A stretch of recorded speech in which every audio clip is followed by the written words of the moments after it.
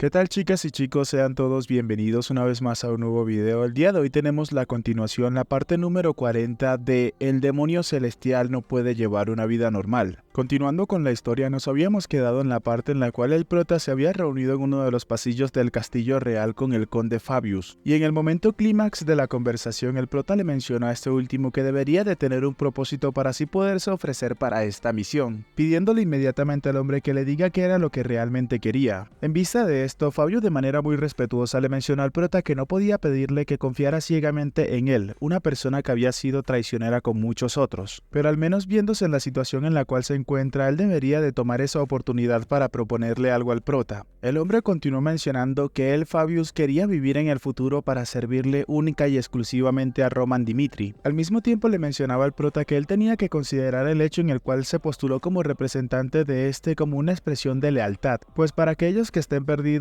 o no estén al día con el manga, en este punto el conde Fabius va a dirigirse al imperio de Cronos como representante de Roman Dimitri, ya que el rey o emperador o gobernador de ese territorio está exigiendo que uno de los brazos del prota sea entregado como compensación. Fabius continuó mencionando que él no esperaba recibir el mismo trato que los otros hombres que pertenecen a Roman Dimitri, mas sin embargo este le pedía al prota que por favor utilizara bien a ese hombre llamado Fabius en el futuro. Ante sus palabras observamos como el prota se quedó completamente en silencio, analizando y observando todas y cada una de las expresiones del conde, y mientras sonreía en ese instante Fabius le mencionó al prota que si podía vivir al lado de Roman como una persona poderosa con riqueza y honor, entonces podía hacer lo que sea con él. Mirándolo fijamente, el prota se encontraba pensando que esta propuesta del conde Fabius era abrumadoramente honesta. Inmediatamente Fabius procedió a hincarse sobre una de sus rodillas mientras le gritaba al prota que por favor tenía que aceptarlo. Por otro lado, Roman, que seguía analizando el comportamiento y las acciones de Fabius, se mencionaba que no, más bien la razón por la cual él había dicho eso hace un momento era porque había visto la esencia de su relación como maestro y esclavo, y mientras mostraba una amplia sonrisa, Roman se mencionaba que mientras más lo veía, más le gustaba la actitud y la forma de ser de Fabius. Es entonces que el prota en ese momento procede a llamar al conde Fabius, y mientras le sonreía le mencionaba que como uno de sus hombres tenía que disfrutar todo lo que él quisiera. En otras palabras, ahora Fabius forma parte de los hombres del prota. Unos cuantos días habían transcurrido desde la noche en la cual el prota y Fabius se habían reunido, y nos encontramos actualmente en las fronteras del territorio de Cairo y de Cronos, más específicamente en uno de los castillos que defienden el territorio de Cairo. Inmediatamente observamos cómo la gran puerta de las murallas termina siendo abierta y en ese instante termina saliendo una gran cantidad de caballeros siendo liderados así por el conde Fabius en persona. Y este grupo que se encuentra siendo liderado por el conde Fabius es la delegación de Cairo que se dirige hacia el mismísimo corazón del imperio de Cronos. Por otro lado, Roman, que se encontraba en la parte superior de la muralla observando cómo estos marchaban, podía mirar sonriente cómo su nueva adquisición partía a cumplir su misión. Horas más tarde, mientras la delegación se encontraba de camino al imperio de Cronos, podemos observar cómo una persona que acompañaba a Fabius terminó llamando la atención de este último, y esto con el objetivo de simplemente satisfacer su curiosidad, procedió a preguntarle al conde Fabius abiertamente que cómo podía seguir con vida, pues lo decía ya que había traicionado a la persona a la que le servía anteriormente. El hombre confundido le mencionaba a Fabius que honestamente no lo podía entender, pues normalmente es normal que fracases en docenas de veces, y a modo de pregunta le mencionaba que si acaso aún así había sobrevivido hasta el final porque se encontraba al lado de alguien poderoso. Fabius inmediatamente, para satisfacer la curiosidad de este hombre, le mencionaba que había algo que las personas malinterpretaban, mencionándole al hombre en ese instante que también suele haber romance en la traición, dejándolo completamente sorprendido preguntándose acerca de qué se refería con romance. Es entonces que Fabius comienza con su explicación, relatándole que los que tienen poder tienen personas a su lado, y ya que estos se habían entregado para llegar a esa posición, es por eso que siempre él suele ser leal y sincero. En ese momento, Fabius le pregunta al chico que entonces qué haría si hay alguien que es audaz y hace un sacrificio que incluso los leales súbditos dudarían en hacer, mostrándonos como ejemplo una imagen un poco tosca y bizarra. El hombre inmediatamente le respondía a Fabius que probablemente en esa situación lo mantendría cerca y lo utilizaría mucho más que a los demás. Fabius le responde que estaba en lo correcto, esa era la respuesta acertada, y esa es la oportunidad. Esta se vuelve la oportunidad perfecta para aceptar a un traidor. Mirando al chico de reojo, Fabius le mencionaba que se había terminado la lección, mientras se encontraba pensando para sí mismo que tampoco le gustaba la vida de un traicionero. Y mientras los caballos seguían su curso, Fabius se encontraba pensando que la razón por la cual él vivía como como un traidor era porque no había llegado nadie a quien pueda darle ese nivel de lealtad.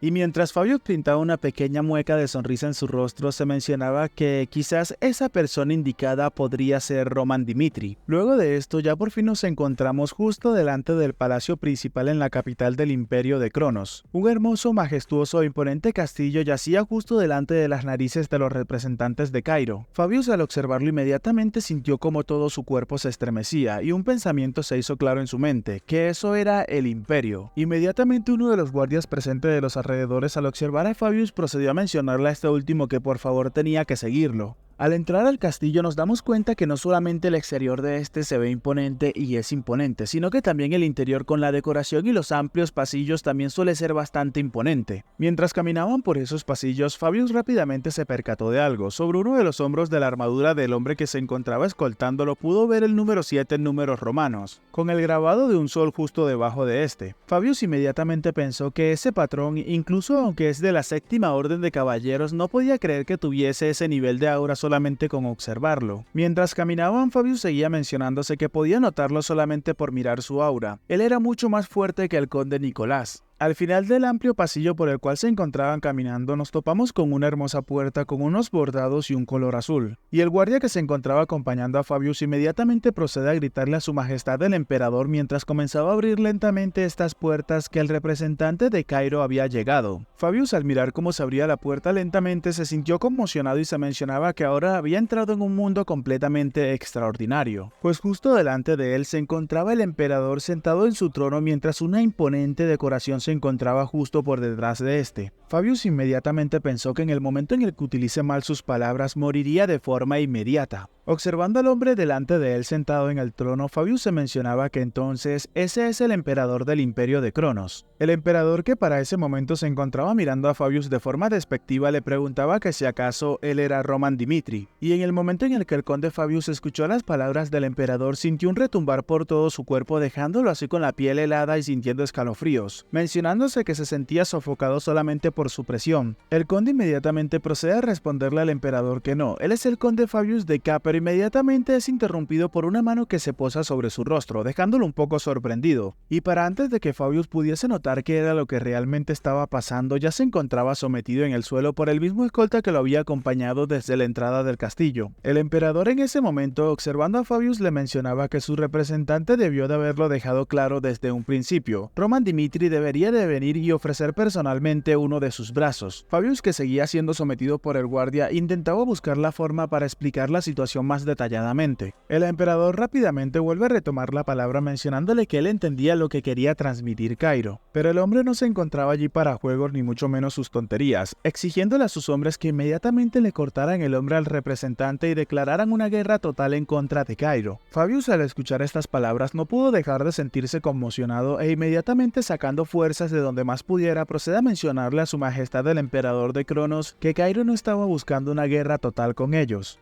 Recurriendo a su gran dominio con la palabra, Fabius le pedía al emperador que por favor le dé una oportunidad para hablar, y después de eso, si no se encontraba satisfecho, en lugar de tomar su brazo podría tomar su cabeza. El emperador inmediatamente, recordando las palabras de Fabius, le mencionaba que tenía que mantener en mente lo que acababa de decir, ya que si no podía convencerlo, entonces moriría en ese instante. Fabius inmediatamente pensó que su discurso comenzaba en ese instante y que debía darle una justificación a Cairo, y al mismo tiempo lograr que el imperio entienda que está en una situación donde no puede moverse fácilmente. Se nos menciona mientras vemos a unos caballeros que Fabius continuó con su discurso sin ser servil, pero tampoco sin quebrantar el orgullo del otro bando. Y este con su discurso había enfatizado que la justificación de Cronos para intervenir en la guerra civil era insuficiente, y que las 5 grandes naciones, incluyendo Valhalla, estuvieron de acuerdo con la opinión de Cairo. Mientras Fabius continuaba con su discurso, se nos muestra un recuerdo del pasado cuando este se encontraba reunido aquella noche con el prota, y este que no solamente era ágil con la espada, sino que también era muy ingenioso e inteligente preveniendo cualquier tipo de situación problemática en el futuro. Mencionaba que incluso si estallaba una guerra total contra las alianzas de las 6 naciones, Crono terminaría siendo el vencedor después de todo. Pero el verdadero problema era lo que pasara después de la guerra. Continuó mencionando que Cronos habría agotado todo su poder y no podría evitar preocuparse por una guerra con Valhalla, y era por esa misma razón que tenían que crear una situación donde no se mencionara directamente Valhalla, pero tenían que hacer que se preocuparan por ellos, y esa es la mejor opción que ellos podían elegir. De regreso en el presente, Fabius le mencionaba al emperador que Cairo quería la paz, y mientras saludaba respetuosamente al emperador le mencionaba que si el imperio de Cronos aún así quería una guerra bajo estas circunstancias, entonces tenían que tomar su cabeza en ese instante. El emperador, luego de haber escuchado el discurso de Fabius, inmediatamente le mencionaba a este último que era bastante inteligente, y continuó mencionando que a cambio de liberar a los prisioneros de Cronos dejaría pasar ese asunto, haciendo que Fabius inmediatamente se emocionara, y antes de que pudiese responder el emperador lo interrumpe, mencionando así que sin embargo el trato de Roman Dimitri es un asunto completamente separado. Además de eso, a partir de ese instante un asesino visitará a Roman Dimitri cada noche,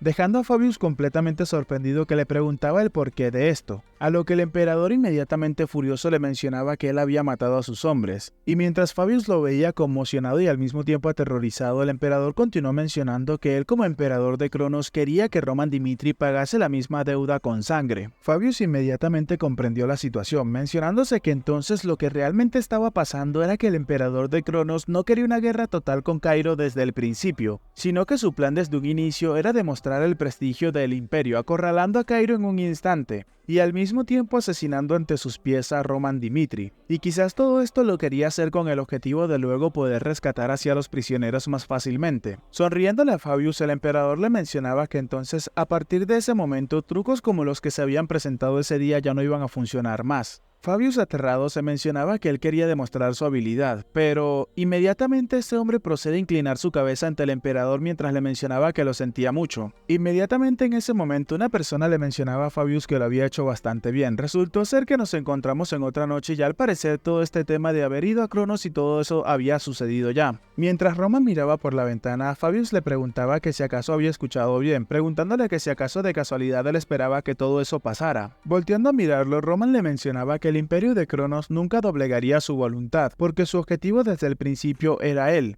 Preocupado por el prota, Fabius le preguntaba que si acaso en serio iba a estar bien, a lo que el prota le respondió que es un problema que puede manejar y no tenía que preocuparse por lo más mínimo. Y mientras Roman miraba a la luna emocionado, se mencionaba que la constante amenaza de asesinato era parte de su vida como Ben Jong-hyun, el demonio celestial. Y mientras el prota se encontraba emocionado por esto, se preguntaba que entonces a qué clase de persona el emperador de Cronos le iba a enviar. Momentos después de eso, en la sala real del territorio de Cairo, podemos observar cómo el rey se encontraba hablando al conde Gregory. El rey le mencionaba que había conspirado con el imperio de Cronos y había perturbado la seguridad de la nación de Cairo, preguntándole entonces a este directamente, que se encontraba esposado y custodiado por dos guardias mientras estaba de rodilla delante del rey, si acaso este admitía lo que acababa de ser declarado.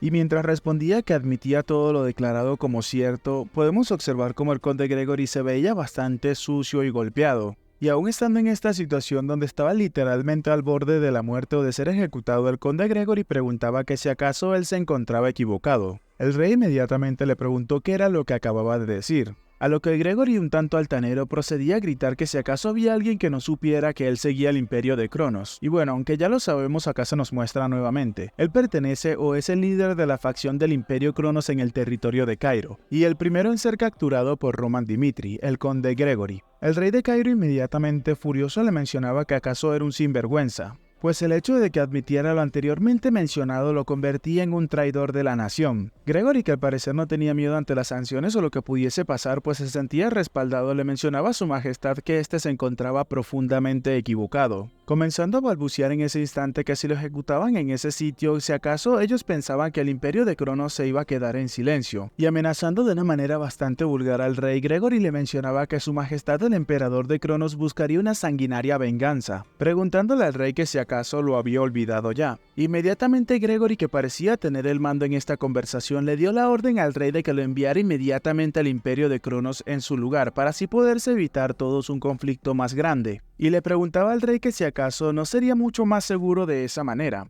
Pensando en esta situación y un poco nervioso, el rey se mencionaba que no estaba completamente equivocado. Justo en ese momento se nos menciona que Daniel Cairo, en este caso el rey, también quería eliminar a los imperialistas de inmediato. Pero si eso pasaba, entonces su ira engrandecida podría dirigirse hacia Roman Dimitri. Y pese a las dificultades y los problemas con los que tenía que lidiar este rey, al parecer el hombre era bastante leal al prota, pues no quería convertir al prota en el foco de odio de todas las naciones a su alrededor. Impotente al no saber qué hacer en esta situación, el rey se encontraba mordiéndose el labio inferior. Esto último fue observado de primera mano por Roman, que se encontraba presente en la habitación. Inmediatamente el prota rompe el silencio preguntando que si acaso se le podía permitir decir algo, mientras tenía una expresión un poco seria y sombría. En ese momento el rey procedió a darle la palabra al prota. Este comenzó a mencionar que el emperador de Cronos había dicho que lo haría pagar con sangre, pero ese asunto y este están completamente separados, dejando al conde Gregory completamente sorprendido ante las afirmaciones del prota. Roman continuó mencionando que el conde Fabio y el capitán de los caballeros Gustavo eran tan importantes que no pueden compararse al conde Gregory. Gregory, escuchando todo esto, no dejaba de sentir pánico y miedo, pues su plan se podría ir a la borda en cualquier momento, mientras todo su cuerpo se estremecía con cada palabra que salía de la boca de Dimitri. El prota continuó mencionando que toda la atención de Cronos ya se encontraba sobre él después de todo. Así que, y mientras miraba al conde Gregory, el prota le mencionaba a su majestad que si castigaba al conde Gregory, entonces nada cambiaría en lo absoluto. Roman continuó mencionando que desde el momento en el que Benedict fue ejecutado, la paz en Cairo se había terminado, por lo que mientras miraba a su majestad, el prota le mencionaba a este que tenía que tomar una decisión por el futuro de Cairo. El rey, al escuchar estas palabras del prota, sintió una pequeña calidez y algo de alivio, pues se sentía respaldado de alguna manera u otra. El rey en ese momento comenzó a pensar que Roman Dimitri realmente era una persona bastante excepcional y que nuevamente le debía mucho otra vez. Levantándose de su asiento, entonces el rey comienza a mencionar que la familia real de Cairo nunca olvidará la dedicación de la familia Dimitri. Y mientras miraba a Gregory desde las alturas, el rey le mencionaba al conde que no solamente había conspirado con el imperio de Cronos, sino que también había manchado el honor de Cairo. Gregory inmediatamente comenzó a intentar alegar ante esto, pero inmediatamente el rey le procede a gritar que guardara silencio de una buena vez por todas, y mientras lo acusaba de ser un traidor que puso a su nación en peligro, lo sentenciaba a la muerte inmediata.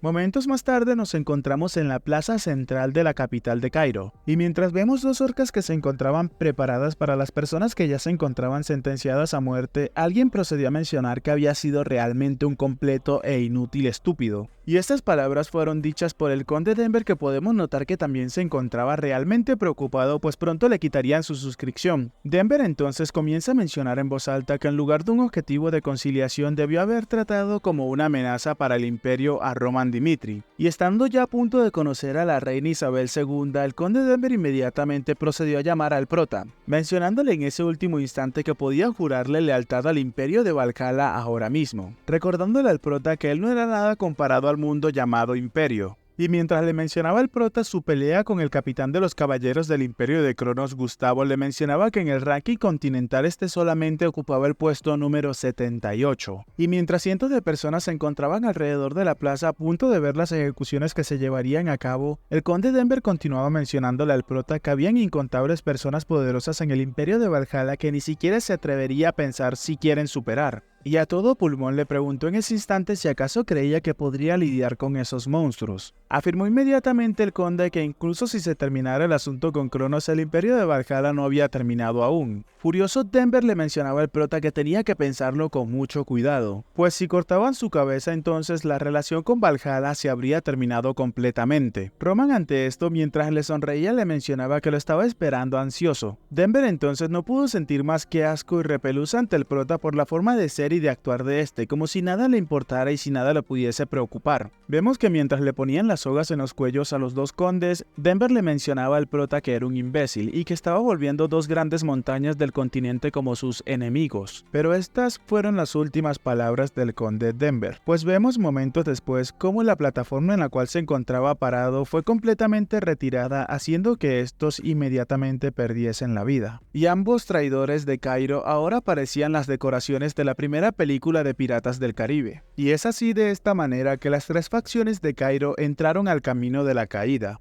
Momentos después de eso nos encontramos nuevamente en la sala real donde podemos ver al conde Vandenberg que se encontraba inclinado sobre una de sus rodillas, mientras nos mencionaban que este es el comandante del ejército del Frente Oeste. El rey se encontraba mencionándole a este hombre que orgullosamente defendió los ataques del imperio de Cronos, y a su vez incrementó el estatus del reino de Cairo. Parado justo delante de él, el rey le mencionaba con una sonrisa en su rostro que en consecuencia a sus acciones el título de marqués y un territorio serán concedidos al conde Vandenberg. Mirando el panorama completo, el rey procedió a mencionar que en el frente oeste hay más héroes que arriesgaron sus vidas contra el imperio. Y en eso nos damos cuenta que por detrás del capitán se encontraban algunas personas que ya conocemos: el barón Noel, Flora de Lawrence y por último Roswell Dimitri, el tuerto pa' los compas. El rey procedió a mencionarles que todos habían realizado grandes hazañas. Gracias a esto, los ascensos de todos ellos estaban completamente garantizados, al mismo tiempo que recibirían una generosa y modesta recompensa de 1000 monedas de oro. Claro, el reino se puede ir a la basura, pero si no entregamos oro no somos felices.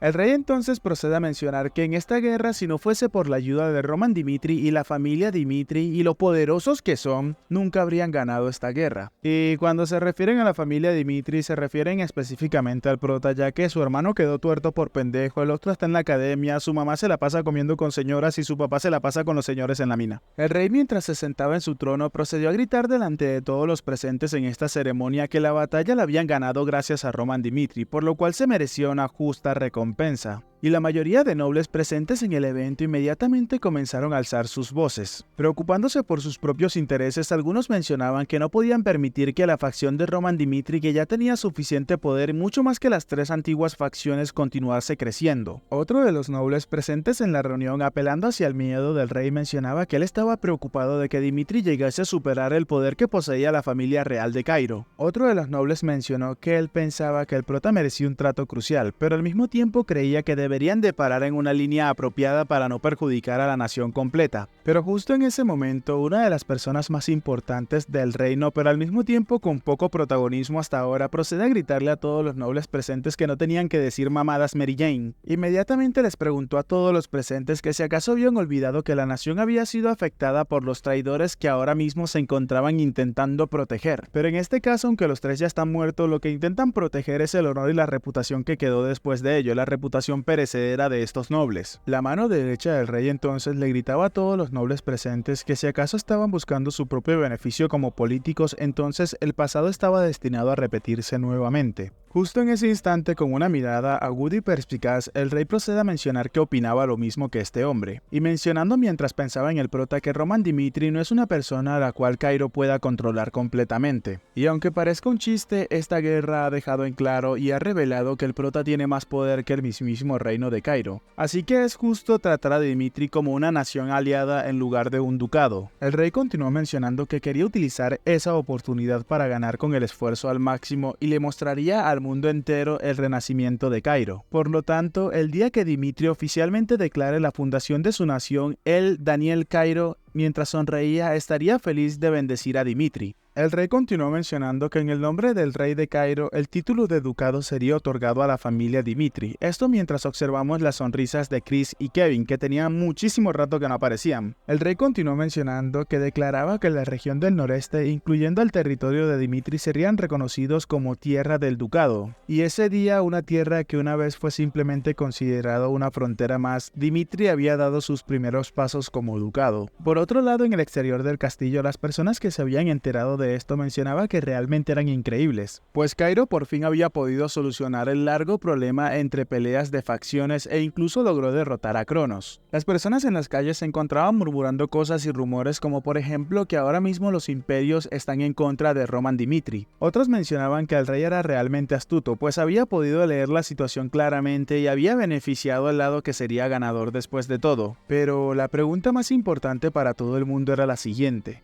¿qué tan lejos sería capaz de crecer Roman Dimitri? Y esto era algo que generaba controversia, pues nadie en el continente pudo llegar al nivel de 5 estrellas a la edad que posee Roman Dimitri, que actualmente el prota está entre sus 20 y 25 años, creo que está por ahí entre los 22 y 23, pero la verdad ya no lo recuerdo porque fue en los primeros capítulos. Bueno chicos, aprovechando este pequeño espacio les voy a dejar una pregunta y las respuestas correctas van a aparecer en los saludos del próximo video. ¿Cuál es la verdadera edad de Roman Dimitri? Única pista, aparece en los primeros capítulos del manga o o del video o de los videos que he subido acerca de Roman. Y justo en ese momento se nos da lo que parece ser una pista para un próximo arco futuro en este manga, pues una persona comenzó a relatar o a mencionar que si acaso era posible que por primera vez apareciera un espadachín en el reino de Cairo que pueda superar a los demonios del top 50 continental por primera vez. Inmediatamente un narrador preguntó que si acaso eran por los movimientos inusuales de Roman Dimitri, pero la gente alrededor del continente comenzaba a mencionar a Roman sin importar la nacionalidad. Incluso los trovadores cantaban canciones sobre las hazañas que el chico había logrado a su corta edad. Y mientras más era mencionado Roman Dimitri, como era de esperarse, más se elevaba el estatus de Dimitri. Sin embargo, la serie de rumores no era del todo natural, mostrándonos así una mansión y se nos continúa relatando que todo comenzó en una mansión del reino de Cairo. Una persona entonces en el interior de esa mansión comenzó a mencionar que habían comenzado a llegar reacciones de todo el continente. Resultó ser un sirviente que mientras se veía satisfecho con lo que estaba logrando mencionaba que ahora no había nadie fuera de Cairo que no supiera quién era Roman Dimitri. Esto mientras se lo decía a otra persona que de momento no se nos revela quién es. El sirviente continuó mencionando que como se esperaba, el plan del maestro era completamente perfecto, pero su maestro en ese momento lo interrumpe y le menciona que no era suficiente todavía,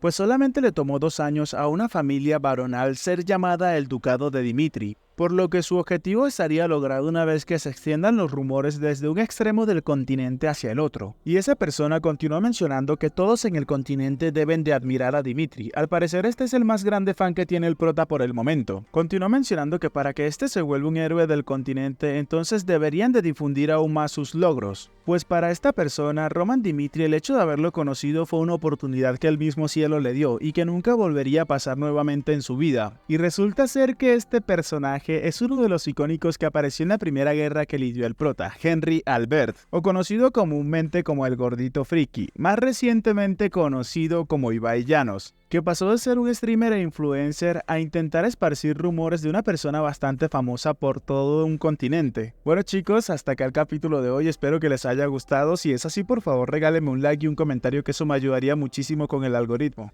Les menciono muchachos que actualmente nos hemos quedado en el capítulo 109. Hasta donde tengo entendido estamos nuevamente al día con este manga, por lo que tocará esperar 2 semanas para volver a sacar más videos de Roman Dimitri. Así que ya sin más nada que decir, espero gocen de un excelente día, tarde, noche, de una muy buena salud, quieran a sus familiares y nos vemos en el próximo video.